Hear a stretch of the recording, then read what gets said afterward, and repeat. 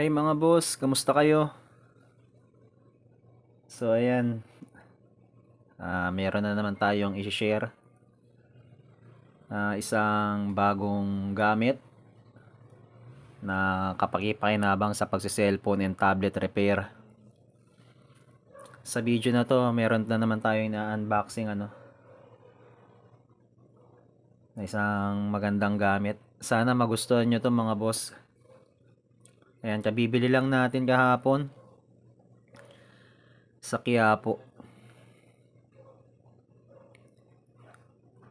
Ayan, so ito siya mga boss. Hindi natin patatagalin. Ano yung unboxing natin. Ayan. Ang brand name niya, Mechanic. Ayan. And then, ayan naman yung feature, no? Ay, meron siyang apat na, adjacent. Isa itong motherboard holder, mga boss,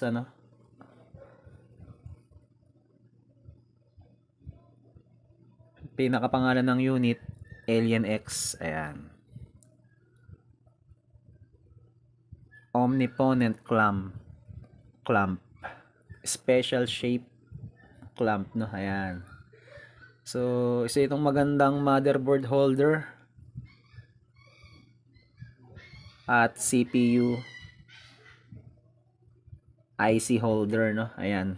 Pwede rin to sa mga CPU, mga IC, power supply, no? Ayan. Mga CPU, mga RAM, ayan. Pwede natin din i-clamp dito mga boss. Pagka pwede rin siya maging holder, no? Kapag lilinisin natin yung mga CPU na may glue, ayan. Pagka magre-repair tayo ng motherboard, ayan, magandang pang holder to. Ito yung ordinaryong motherboard holder. Tingnan nyo tong motherboard holder ko, ayan. Na mumurahin lang, 150 pesos, no? Ang dumi-dumi na. Ayan, napabayaan na. Ayan. Ito yung ordinaryong motherboard holder.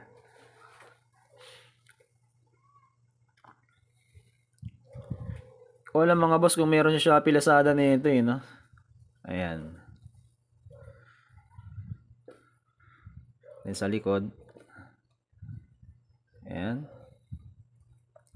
May brand name ng Mechanic. Merong QR code. Mga info niya, no? Serial number. Made in China, of course. Made in China naman talaga tayo ngayon, mga boss. Ayan. Sa gilid niya. Mga nakalagay na.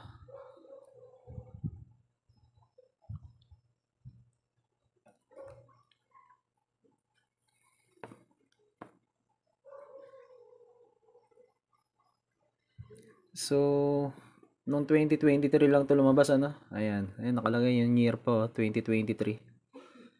First create in the industry. Yan. So, buksan na natin mga boss. Madali lang naman buksan to, no? Ayan, wala na siyang balot, no? Ganito na nung nabili natin, eh. So, ayan. Iaangat mo lang din. Parang isa screw ko, ayan, no? Ganyan lang. Then, ayan yung pinaka-unit. Yung screw kong Mechanic, parang ganun lang din yung lalagyan. Ayan. And then, ang ganda ng quality mga boss. Ayan, meron pa siyang stainless, metal something. Ayan, kumikinang yung pinaka-logo ng Mechanic. And then sa baba, yung Alien X. Yung pinaka-unit niya. Ayan. And then may ganito pa siya mga boss, para safe yung pinaka-unit. Ganda ng lalagyan. So ito na yung siya mga boss, pinaka-unit. Adjust natin. Ang ganda. Ang bigat niya mga boss. Maganda siya. Yung quality niya. Then sa likod, meron din siyang metal, no? Pakita ko sa inyo. Ayan. Naaninag niya, merong muka ni Manong Mechanic. yung logo ng mechanic, and then meron siyang 4 na paa naka-screw. Ayan, may paa siya. Then kung stainless to mga boss, tong metal na to ginamit dito, kaya sulit din yung pera na binayad natin. Napakaganda ng quality. And then ito yung adjacent. Ayan, ito yung adjacent. Ayan, kung gusto mong luwagan. Ayan, kakalito nga lang yung pihit na ito. Ayan. And then mapapansin nyo mga boss, meron din siyang ito sa magkabilang dulo, itong dalawa lang, meron siyang stainless. Ayan, tapos yung may uka na patatsulok triangle. Ayan, yun yung CPU IC holder yan mga boss. Kapag maglilinis tayo ng CPU, mga IC, no? Ayan, pwede natin i-clamp dyan. 2-in-1 na siya kumbaga, no? Pwedeng motherboard tsaka CPU. So pakita ko sa inyo kung paano siya gamitin. Ayan, may mga motherboard tayong ni-ready dito. Ay mga pang iPhone example, no? Aha.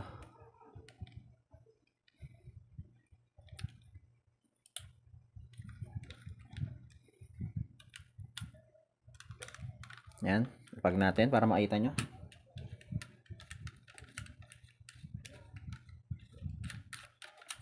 Ayan, for example, no?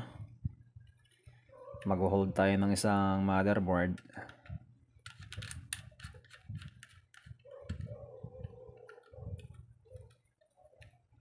Aha.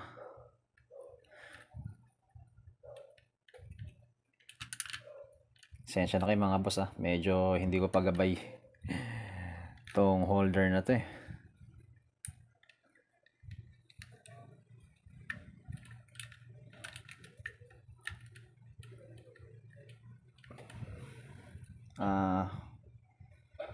Kaya pwede niyang pahabain. Agad lang palakihin yung espasyo. Ganito natin. Ayan, usog natin itong dalawa. Ayan, nakita ko na kung paano yung tamang posisyon niya. Ayan. Ayan. Lumuwag. Dito sa kabila.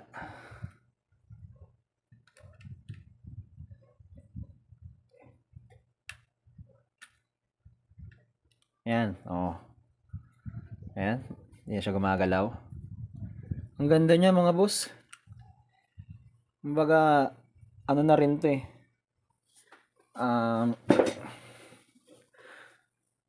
Universal, no? Ang ganda niya. 4 yung niya. Clamp niya. Kahit anong motherboard. Ayan. Kapag mag-check tayo, yan. Magtatanggal tayo ng mga plate. Ayan, maganda to mga boss. Pang hawak. Ayan. Pagka maghihinang, no? Maglilinis ng board din na pinagbunutan ng CPU. Maganda siya pang hold. Ayan. Na ko lang sa inyo mga boss ni-demo. Ayan, kapag mag-hot air, no? Ayan. Na merong piyesang bubunutin, something ganyan. Ang ganda niya mga boss. Quality. And then sa materials mga boss, hindi ko masabi kung anong materials tong itim na to.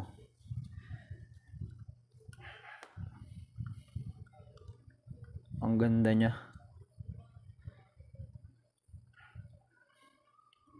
Tsaka sa itsura niya, yamang maiinitan to syempre, no? Tatamaan siya ng hot air. Panghinang, no? Parang siya, pag tiningnan nyo siya, napaka heat resistant ng itsura niya mga boss. Napaka quality. Sa talaga mga mechanic brand mga boss, sigurado yan, napaka quality. Yan, may tayo ng sample sa motherboard. Yan, tanggalin natin. Mga anong mga shape mga boss. Ayan. Adjust muna natin.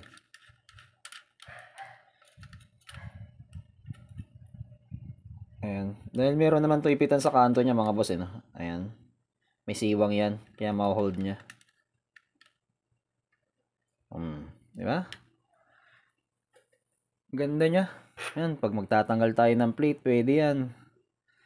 Anuan muna natin ng nail cutter. Maliit na butas. Ayan. Then, para maangat natin, hot air. Ayan. Ang ganda niya pang motherboard holder mga boss. Bili rin kayo na ito mga boss. Kung sa mga may budget. So sa mga magtatanong kung magkano bili ko dito sa Quiapo. Sa Shopee, Lazada, tingnan nyo na lang mga boss kung meron. Di ko kasi na-check eh. Kung magkano sa Shopee, Lazada. Sa Quiapo, ang bili ko dito is 1,500 pesos. Ayan. Medyo may kamahalan mga boss Pero napakaganda naman. Talagang all goods mga boss. Yung quality niya.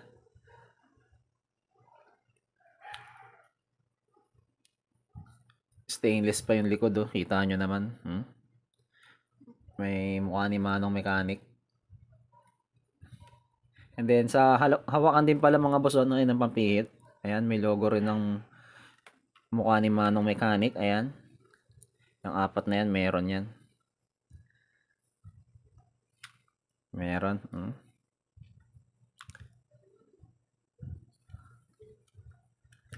Pala. Sa CPU naman tayo mga boss sa mga CPU. For example, mga boss ayan, adjust na natin. Ayan, yan. Kita nyo ba? For example, may maglilinis tayo ng CPU. Ayan, may mga CPU naman ako dito na ready na. Ayan Ano mo lang dyan sa kanto. Ayan, may matulis. Ayan.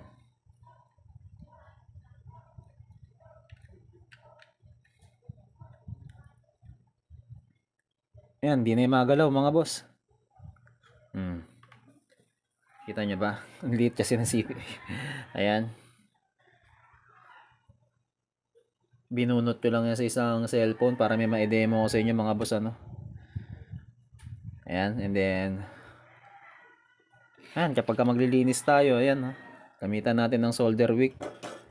Saka ng panghinang may flux. Ayan, papasadahan natin ng ganyan. Ang ganda. Portida. Tuyo pa yan mga boss Ayan.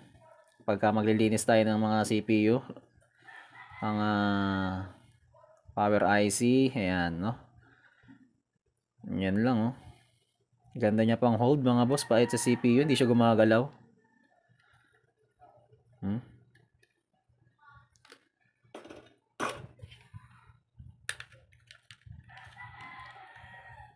Ito lang available ko ng mga CPU dito Tingnan natin yung mas maliit. Ito, yung mas maliit na konti. Kung ma-hold niya. Ayan.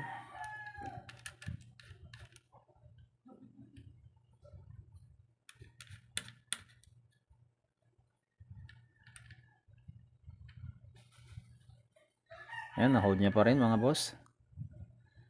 Ganda Hindi gumagalaw. Meron na rin siya pang hold ng mga IC, CPU. Ayan. Kasi gaganyan natin, nilinisan natin mga kalimitan, yung mga may CPU ngayon, may mga glue Ayan.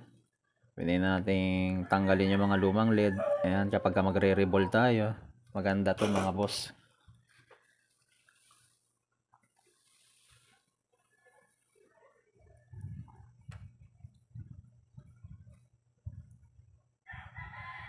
So, para sa akin mga boss, sulit naman yung 1,500 na binayad natin dito.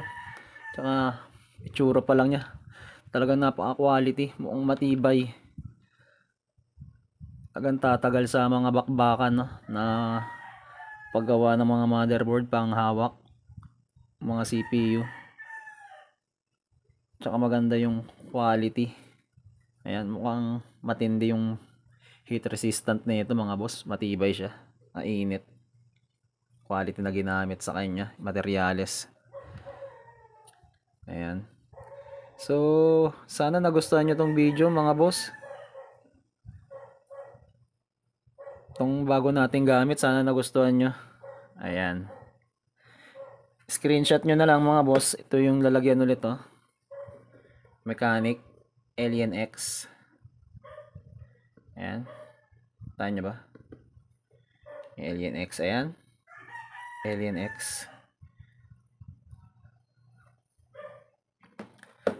So, sa mga hindi pa nakakapag-subscribe mga boss, subscribe naman kayo sa aking YouTube channel. At paki-like yung mga video. At kapag mayroong commercial ads, wag sana tayong mag-i-skip ng ads mga boss. At wala namang bayad yung subscribe mga boss, wag sana tayong manghinayang sa subscribe. Para sa mga susunod na video ko, ay ma-update ko kayo, no? So maraming salamat mga boss. Ingat tayo palagi.